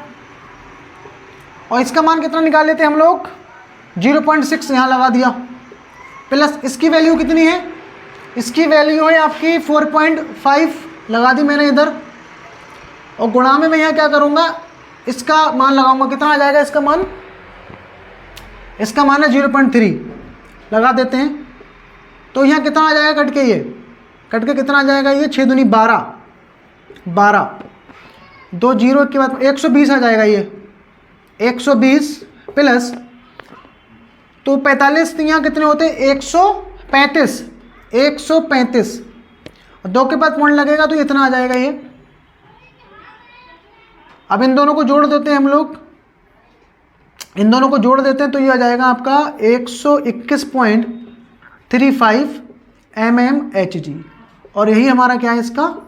ये हमारा क्या है इसका आंसर है। ठीक है, तो इस टाइप का क्वेश्चन हम लोग ऐसे सॉल्व कर लेंगे। इसमें थोड़ा लेंथी क्वेश्चन था बट करना तो पड़ेगा आपको। तो चौथे का घा, आगे बढ़ते हैं हम लोग इसमें। चौथे का घा क्वेश्चन है 0.10 मोल लीटर इनवर्स सांद्रता के 1 विलयन से बने कॉलम का प्रतिरोध 6.5 गुणा 10³ ओम है। इसका व्यास 1 सेंटीमीटर तथा लंबाई 50 सेंटीमीटर है। इसकी प्रतिरोधकता, चालकता और मोलर चालकता हमें यहाँ पर ज्ञात करनी है। तो देखिए कैसे लगाएंगे इस टाइप के क्वेश्चन को। ये हमें दे रखा है 0.12 मोल प्रति लीटर। ये हमारा इसमें क्वेश्चन है, ये हम आंसर कर रहे हैं फोर्थ का खा। तो क्या क्या हमें दिया है इसमें? इसमें दे रखा है 0.1, यहाँ पर हमें दे रखा है ये कैपिटल M की वैल्यू है। ये मोलरता हमें दे रखी है 0.10 मोल लीटर इनवर्स। ठीक है, ये मोलरता हमें दी है। कॉलम का प्रतिरोध हमें R की वैल्यू यहाँ पर गिवन है 6.5 गुणा 10³ ओम। ये प्रतिरोध हमें इसमें दे रखा है। और इसका व्यास, व्यास हमें दिया है। व्यास कितना है? व्यास है इसमें 1 सेंटीमीटर। जब व्यास 1 सेंटीमीटर है तो त्रिज्या इसकी कितनी हो जाएगी? 1/2 सेंटीमीटर, आधी होती है व्यास की त्रिज्या। लंबाई हमें इसकी दे रखी है L बराबर कितनी है? 50 सेंटीमीटर इसकी लंबाई है। इसकी प्रतिरोधकता, पहले पार्ट में हमें क्या बतानी है? इसकी प्रतिरोधकता बतानी है, रो का मान। दूसरे पार्ट में हमें क्या बताना है? चालकता, कप्पा का मान ज्ञात करना है।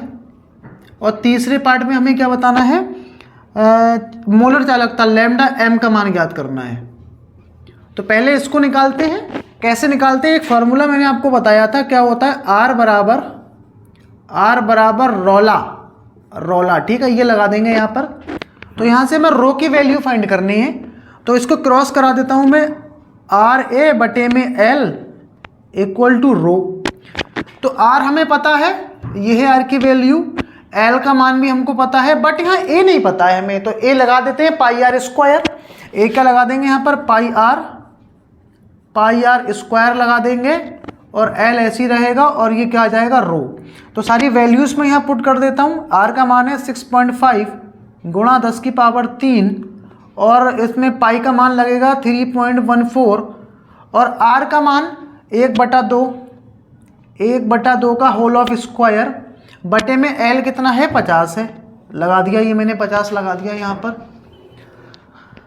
थोड़ा सा इसको सॉल्व करेंगे हम लोग। सॉल्व कैसे करेंगे? इसका हटाया पॉइंट 1 0 बढ़ेगा, इसका हटाया पॉइंट 2 0 बढ़ गए ये। ठीक, तो 10³ ऊपर है और ये 1000 नीचे कट जाएंगे आपस में ये।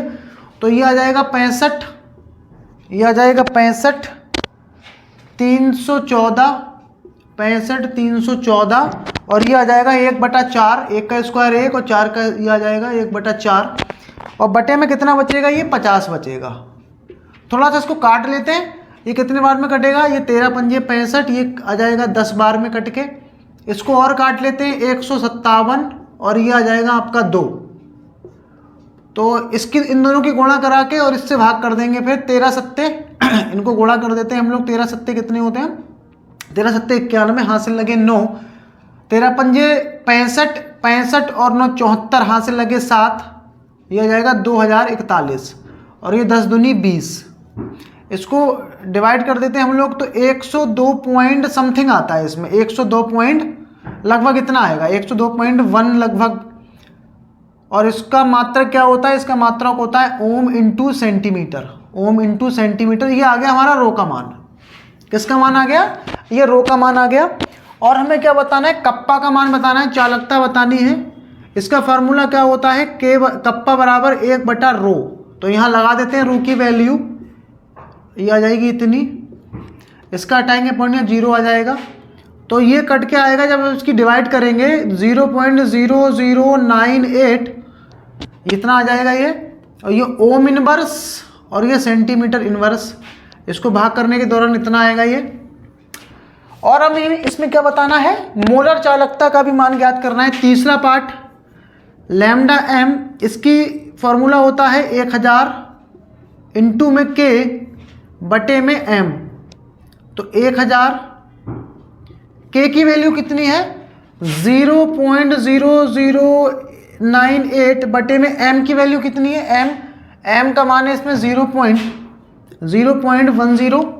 यहाँ पॉइंट के बाद 4 अंक है, यहाँ पर 2 हैं, तो 2 0 बढ़ा के मैं क्या करूँगा, इसके पॉइंट से पॉइंट कर दूंगा कैंसिल। तो 1000 ऊपर 1000 नीचे कट जाएगा, तो कुल मिला के यहाँ कितना बचेगा 98। और यही हमारा आंसर है, सीमेंस सेंटीमीटर स्क्वायर और ये मोल इनवर्स। तो इसमें 3 पार्ट पूछे थे और तीनों पार्ट हमारे क्या हो चुके हैं, इसमें सॉल्व हो चुके हैं। तो पहले आप इसको नोट करेंगे, उसके बाद में इसमें जो है अगला क्वेश्चन पढ़ता हूँ। अगला क्वेश्चन है कारण सहित समझाइए। पहला इसमें पार्ट दे रखा है हमें Cr++ अपचायक है, जबकि Mn++ ऑक्सीकारक है, जबकि दोनों का D4 विन्यास होता है। ये हमको इसमें बताना है। तो सबसे पहले हम लोग क्या करेंगे, इनका इलेक्ट्रॉनिक विन्यास लिखेंगे, वहीं से इसके आंसर का पता चलेगा हमें। 4 के गा का ये पहला पार्ट है। देखिए कैसे सॉल्व करेंगे हम लोग। इसमें 3 पार्ट दे रखे हैं और तीनों के तीनों पार्ट ये जो है हमारे ये डी ब्लॉक एक चैप्टर है उसमें से आए हैं। तो पहले क्या करते हैं हम लोग, इनके इलेक्ट्रॉनिक विन्यास लिखेंगे। तो सबसे पहले मैं लिखूंगा Cr का, इसका परमाणु क्रमांक होता है 24। इसको लिखते हैं 1s2 2s2 2p6 3s2 3p6 4s2 और 3d4। यहाँ पर ये अपवाद होता है एक, तो मैं इसको अपवाद को थोड़ा सही करूँगा। यहाँ पर 1 हो जाएगा और इधर क्या हो जाएगा मेरा, ये 5 हो जाएगा। ठीक है, ये अपवाद होता है s2d4। तो s का एक इलेक्ट्रॉन उधर पहुँचाते हैं हम लोग d5 और s1 रह जाएगा यहाँ पर। और हमें यहाँ दे रखा है Cr++। तो Cr++ के लिए मैं क्या करूँगा, 2 इलेक्ट्रॉनों को निष्कासित करूँगा, निकालूंगा 2 इलेक्ट्रॉन। तो ये क्या रह जाएगा 1s2 2s2 2p6 3s2 3p6 4s0 और 3d4। एक इलेक्ट्रॉन यहाँ से निकलेगा और एक इलेक्ट्रॉन यहाँ से निकलेगा। अब मैं इसके क्या करता हूँ, कक्षक बनाता हूँ। डी में हमारे 5 कक्षक होते हैं, ये पहला, ये दूसरा, ये तीसरा और 2 5। तो 4 भर लिए मैंने, 1 2 3 4। तो होता क्या है, ये हमने किसका बनाया है, Cr++ का। तो यहां से क्या होता है, एक इलेक्ट्रॉन निकल जाता है। मतलब Cr क्या करता है, Cr++ एक इलेक्ट्रॉन को निष्कासित करके और खुद क्या बना लेता है, Cr++। ऐसा क्यों करता है ये, ऐसा इसलिए करता है ये क्योंकि इसके पास ये जो 4 इलेक्ट्रॉन हमारे अयुग्मित हैं, ये ज़्यादा अस्थायी होते हैं। तो ये स्थायी अवस्था में आना चाहता है। तो ये क्या करता है, एक इलेक्ट्रॉन को निकाल देता है। और ये वाले जो कक्षक हैं ये कम स्थायी होते हैं और ये क्या होते हैं, ज़्यादा स्थायी होते हैं। तो ये क्या होना चाहता है, स्थायी होना चाहता है। तो ये इलेक्ट्रॉन निकाल के इसका इलेक्ट्रॉनिक विन्यास ये रह जाता है। अब मैं बात करता हूँ किसकी, इसीलिए यहाँ पर ये क्या करता है, Cr, यहाँ लिख दिया मैंने, इसीलिए Cr++ अपचायक का कार्य करता है, अपचायक का कार्य करता है। इसी प्रकार हम लोग क्या करेंगे, दूसरे वाले का उत्तर लिखेंगे Mn का। तो Mn के लिए लिखते हैं Mn, इसका परमाणु क्रमांक होता है 25। तो ये हो जाएगा 1s2 2s2 1s2 2s2 2p6 3s2 3p6 4s2 और ये आ जाएगा 3d5 आ जाएगा ये। और इसमें हमें किसका निकालना है, Mn++ का। अब मुझे यहाँ 3 इलेक्ट्रॉन निकालने हैं यहाँ से। तो 1s2 2s2 2p6 3s2 3p6 4s0 और एक निकलेगा यहाँ से 3d4। आप देख सकते हो इसके पास भी 3d4 है, इसके पास भी 3d4 है, लेकिन आप दोनों में अंतर देख सकते हैं। ये एक अपचायक है और ये देखिए कैसे काम करेगा। ये देखिए क्या करता है, पहला कक्षक, ये दूसरा, ये तीसरा और 2 5, 4 भरता हूँ मैं, 1 2 3 4 4 हो गए ये क्या करता है Mn ये ट्रिपल प्लस क्या करता है, एक इलेक्ट्रॉन को ग्रहण करता है और खुद क्या बना लेता है Mn डबल प्लस। और ये एक इलेक्ट्रॉन जब ग्रहण करेगा तो इसके पास अभी कितने हैं, 4 हैं, और ये पांचों क्या होंगे, आधे आधे भर जाएंगे इसमें, ये एक इलेक्ट्रॉन इसमें, एक इसमें, एक इसमें, एक इसमें और एक इसमें। तो इसीलिए यहाँ पर क्या होता है, इसीलिए Mn ट्रिपल प्लस ऑक्सीकारक का कार्य करता है, ऑक्सीकारक का कार्य करता है। बस आप इसमें इतना ही लिख के आएंगे। यहाँ पर क्या होते हैं, ये हमारे अर्धपूरित कक्षक किसी दूसरे कक्षकों की तुलना में क्या होते हैं, ज़्यादा स्टेबल होते हैं, ज़्यादा स्थायी होते हैं। तो ये हमारा क्या हो चुका है, इसका आंसर ये हो चुका है। आप इसमें इतना लिखेंगे। दूसरा हमारा इसमें क्वेश्चन है, पहले आप इसको नोट करें। चौथे के गा का दूसरा पार्ट है, धातु अपनी उच्चतम ऑक्सीकरण अवस्थाएं केवल ऑक्साइड व फ्लोराइड में ही क्यों प्रदर्शित करते हैं। तो सबसे ज़्यादा जो धातुओं की ऑक्सीकरण जो संख्याएं होती हैं वो ज़्यादातर ऑक्साइड और फ्लोराइड में क्यों प्रदर्शित होती हैं, इसका हमें आंसर लिखना है। तो देखिए होता क्या है, पूरी आवर्त सारणी में फ्लोरीन और ऑक्सीजन 2 ऐसे तत्व होते हैं जिनकी विद्युत ऋणात्मकता सबसे ज़्यादा होती है, जो कि विद्युत ऋणात्मकता ज़्यादा होने के कारण ये क्या करते हैं, धातुओं के इलेक्ट्रॉनों को आसानी से निकाल देते हैं। ठीक है, तो इसके आंसर हम क्या लिखेंगे, इसके आंसर में हम लोग लिखेंगे धातु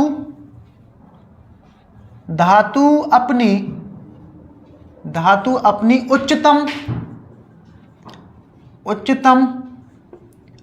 ऑक्सीकरण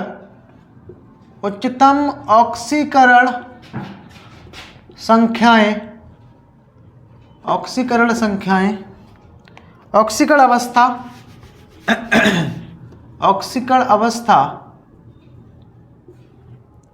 केवल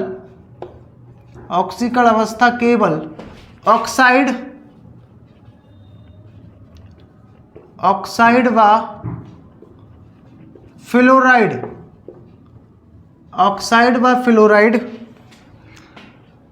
में ही प्रदर्शित करते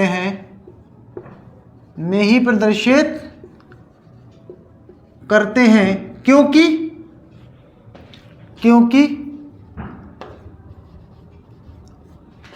आवर्त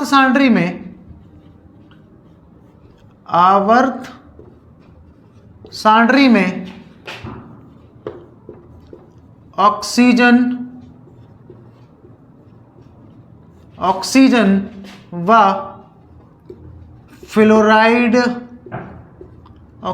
फ्लोराइड की विद्युत ऋणात्मकता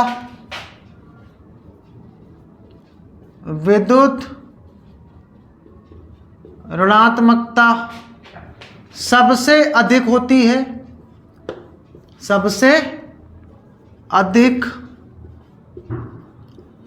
होती है और इनके परमाणु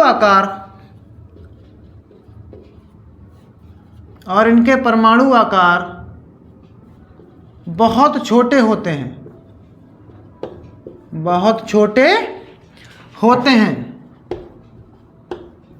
जिस कारण ये धातुओं से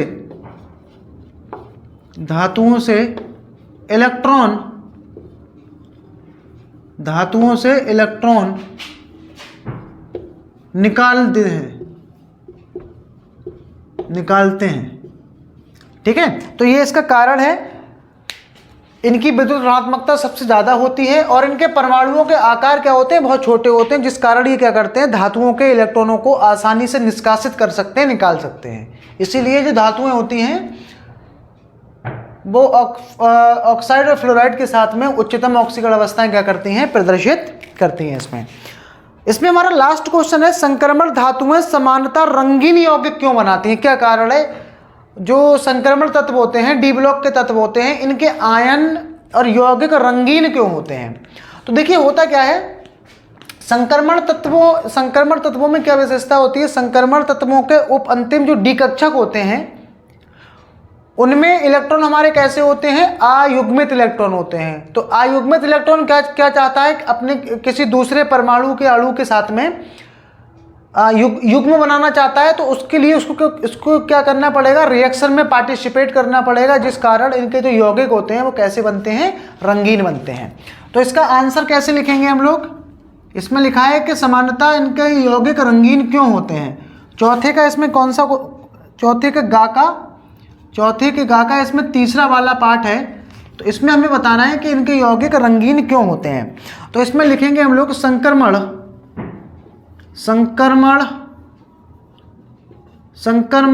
धातुएं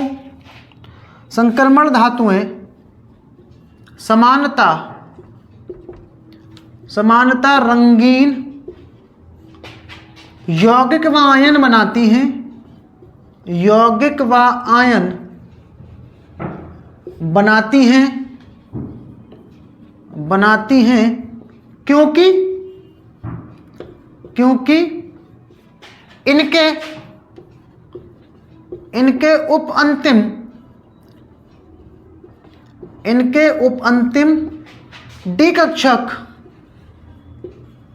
अंतिम डी कक्षकों में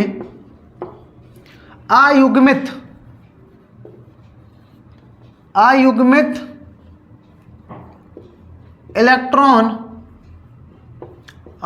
इलेक्ट्रॉन होते हैं जो किसी दूसरे परमाणु अणु या आयन के साथ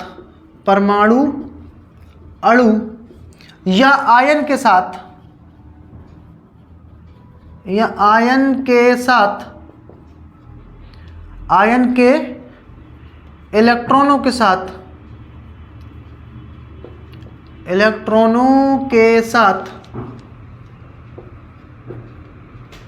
युग्मित होना चाहते हैं।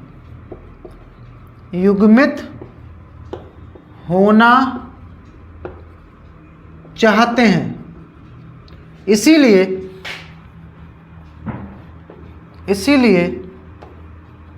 संक्रमण तत्व रंगीन यौगिक बनाते हैं। तो ये इसका क्या हो जाएगा? कारण हो जाएगा कि इनके जो उपअंतिम डी कक्षक होते हैं वो कैसे होते हैं? अयुग्मित होते हैं। अयुग्मित इलेक्ट्रॉन क्या करना चाहता है? युग्म बनाना चाहता है। इसके लिए दूसरे अणु परमाणु के साथ जब वो रिएक्शन करता है तो इनके जो आयन वगैरह कैसे होते हैं, यौगिक वगैरह कैसे होते हैं? रंगीन हो जाते हैं। ठीक, तो चौथे का घा हम लोग इसमें पढ़ते हैं, पहले आप इसको नोट करें। घा क्वेश्चन है इसमें, अभिक्रिया की कोटि से आप क्या समझते हैं? उन अभिक्रियाओं की कुल कोटि की गणना कीजिए जिनका वेग स्थिरांक, ये हमें इसमें दो पार्ट दे रखे हैं। उससे पहले हमें ये बताना है कि अभिक्रिया की कोटि क्या होती है। तो चौथे का घा है इसमें, चौथे का घा। तो कोटि हमें बतानी है, कोटि किसे कहते हैं? कोटि, इसको हमें समझाना है। तो कोटि क्या होती है? किसी रासायनिक अभिक्रिया के वेग को जितने अभिकारक अणु प्रभावित करते हैं उनकी संख्या को कोटि कहते हैं। ठीक है, तो किसी रासायनिक अभिक्रिया में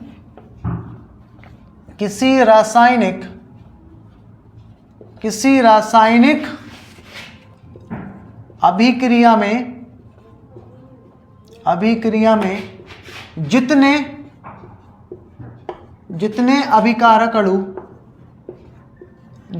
अभिकारक अणु प्रभावित करते हैं, जितने अभिकारक अणु उसके वेग को प्रभावित करते हैं, उसके वेग को प्रभावित करते हैं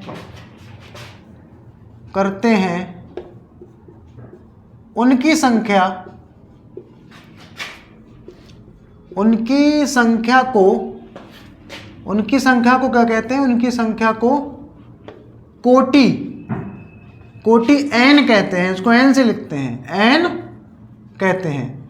और कोई एक एग्जाम्पल लिख देना है आपको इसमें, जैसे एग्जाम्पल मैंने ले लिया इसका कोटि निकालने के लिए C12 H22 O11, इसमें मैंने H2O मिला दिया।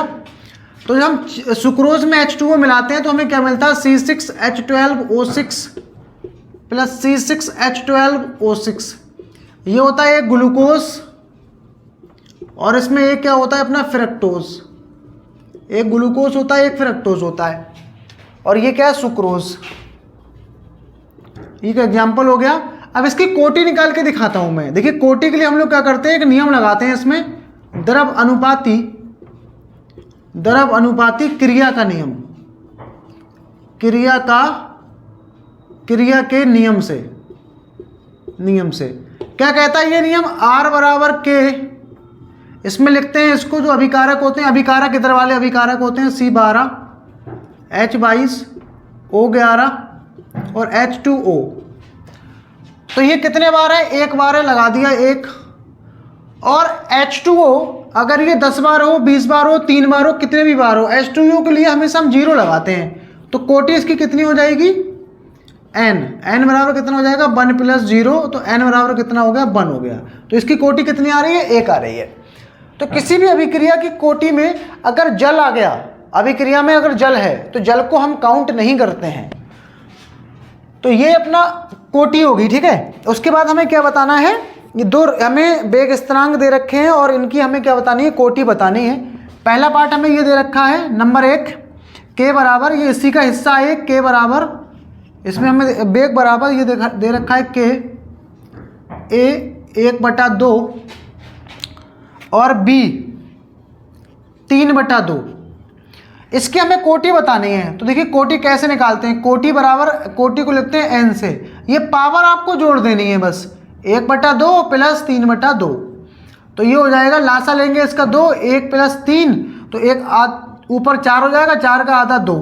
तो यहाँ कोटि कितनी आ रही है? इसकी 2 आ रही है। और दूसरा हमें इसमें दे रखा है, मैं यहीं कर देता हूँ, दूसरा हमें इसमें दे रखा है वेग बराबर हमें क्या दे रखा है इसमें? k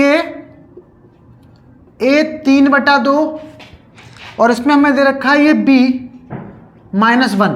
तो यहाँ पर कोटि हम लोग कैसे निकालेंगे? देखिए पावर आपको जोड़नी होती है। n बराबर कितना हो जाएगा? ये 3/2 प्लस माइनस का 1, तो 3/2 प्लस माइनस -1। अब 3 का आधा कितना होता है? 1.5 होता है, 1.5 में से 1 जाएगा तो आधा बचेगा, आधे को लिखते हैं 1/2, तो n का मान कितना जाएगा? 1/2। तो इस प्रकार हमारे जो हैं इस पेपर के चौथे क्वेश्चन तक हमने जितने भी क्वेश्चन थे कर लिए हैं। इस पेपर के दूसरे वीडियो लेक्चर में हम लोग इसके बचे हुए सारे क्वेश्चन को निपटाएंगे, ठीक है। वीडियो आपको अगर पसंद आया हो तो लाइक शेयर कमेंट करें। और हमने अपने चैनल पर क्लास 12 की संपूर्ण फिजिक्स को ख़त्म कर लिया है, तो अगर आप पढ़ना चाहें तो आप हमारे चैनल के माध्यम से पढ़ सकते हैं। तो मिलेंगे एक नेक्स्ट वीडियो में, अब तक के लिए थैंक यू।